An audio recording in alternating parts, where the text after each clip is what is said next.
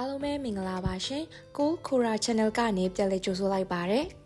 ဒီနေ့မှာတော့ခိုရာကထိုင်းနိုင်ငံကိုရောက်တဲ့အခါမှာဘန်ကောက်မြို့မြန်မာတန်ယုံမှာထောက်ခံစာဘယ်လိုယူရမလဲတန်ယုံကိုဘယ်လိုသွားရမလဲဆိုတာကိုပြောပြပေးပါမယ်ရှင်တန်ယုံထောက်ခံစာယူဖို့အတွက်လိုအပ်တဲ့စာရွက်စာတမ်းတွေကတော့ passport bio page made to visa page made to ဘဏ်ငွေသွင်းချက်လန်တို့လိုအပ်ပါတယ်မြန်မာတန်ယုံက St. Louis PDF Station နားမှာရှိပြီးတော့ description မှာ Google Map link လေးရေးထားပေးပါမယ်ရှင်။ခိုရာကတော့ကားချက်နေတာမို့အချိန်နောက်မကျအောင်တမောပါယာကနေပတူနန်ပါယာအထိလေးစီးပြီးတော့ CM Station ကနေ St. Louis Station အထိ PDS စီးသွားပါမယ်။ဘန်ကောက်မြို့ထဲသွားတဲ့အခါမှာ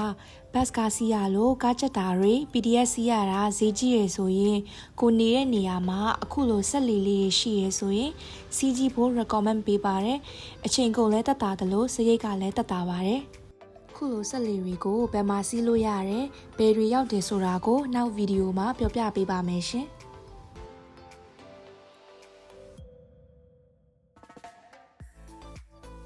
အခုဆိုရင်ပတူနန်ပါယာကိုရောက်ပြီမလို့လေပေါ်ကနေဆင်းပြီးတော့ PDS ကိုပြောင်းစီးပါမယ်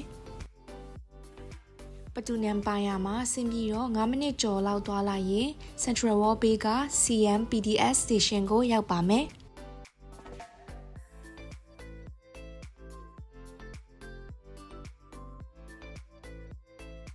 CM ကနေ St. Louis ကိုလက်မှတ်ဖြတ်ပြီး Platform 3ကနေစီးရပါတယ်ရှင်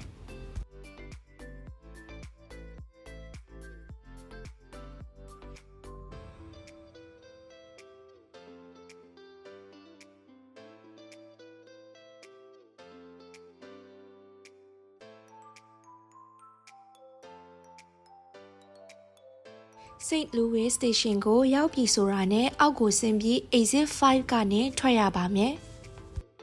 ဘန်ချလန်ကိုတော့မြန်မာတန်ယုံရဲ့လမ်းတစ်ဖက်မှာရှိတဲ့ဘန်ကောက်ဘန်မှာလူတစ်ယောက်စာ150ဘတ်ကိုမြန်မာတန်ယုံဘန်အကောင့်နဲ့ထည့်သွင်းပြီးရယူနိုင်ပါတယ်။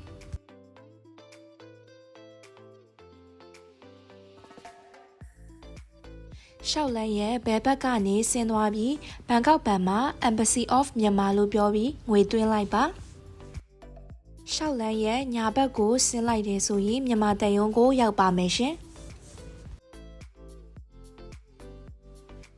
Embassy of Myanmar ဆိုင်းဘုတ်ရှိကဖြစ်ပြီးအစွန်ဆုံးကအပေါက်ကနေတန်ယုံတွေကိုဝင်သွားလို့ရပါတယ်12နာရီမတိုင်ခင်တန်ယုံကိုရအောင်သွားပါမယ်။ကောင်တာမှာတုံကင်စာရွက်လေးယူပြီးတော့ကိုယ်အလဲရောက်ရင်ကောင်တာနံပါတ်5မှာစာရွက်စာတမ်းတွေပေးခဲ့ရပါမယ်။ညနေ9နာရီမတိုင်ခင်တန်ယုံကိုပြန်လာပြီးကောင်တာ5မှာပဲထောက်ခံစာထုတ်ယူလို့ရပါပြီရှင်။တန်ယုံအနီးတစ်ဝိုက်မှာထမင်းဆိုင်လေးတွေရှိသလိုလုံမနီပန်းချန် Icon CM Kim Power မဟာတခုံတို့ကိုတွားလည်လို့ရပါတယ်။ခိုရာကတော့လုံမနီပန်းချန်ကိုတွားလည်ခဲ့ပါတယ်။လုံမနီပန်းချန်ကိုဘယ်လိုတွားရလဲ။ပန်းချန်ထဲမှာဘယ်လို activity လေးတွေရှိရဲဆိုတာကိုနောက်ဗီဒီယိုမှာပြောပြပေးပါမယ်။အဆုံးထိလိုက်ပါကြည့်ရှုပေးတဲ့အတွက်ကျေးဇူးများကြီးတင်ပါတယ်ရှင်။အခုလိုမျိုးခီးသွားတဲ့အချိန်မှာအထောက်အကူဖြစ်စေမဲ့ဗီဒီယိုတွေကိုဆက်လက်ကြည့်ရှုဖို့အတွက် like and subscribe လေးလုပ်ပေးခဲ့ပါဦးနော်။သိချင်တာလေးတွေရှိရင်လည်း comment မှာမေးမြန်းခဲ့လို့ရပါတယ်ရှင်။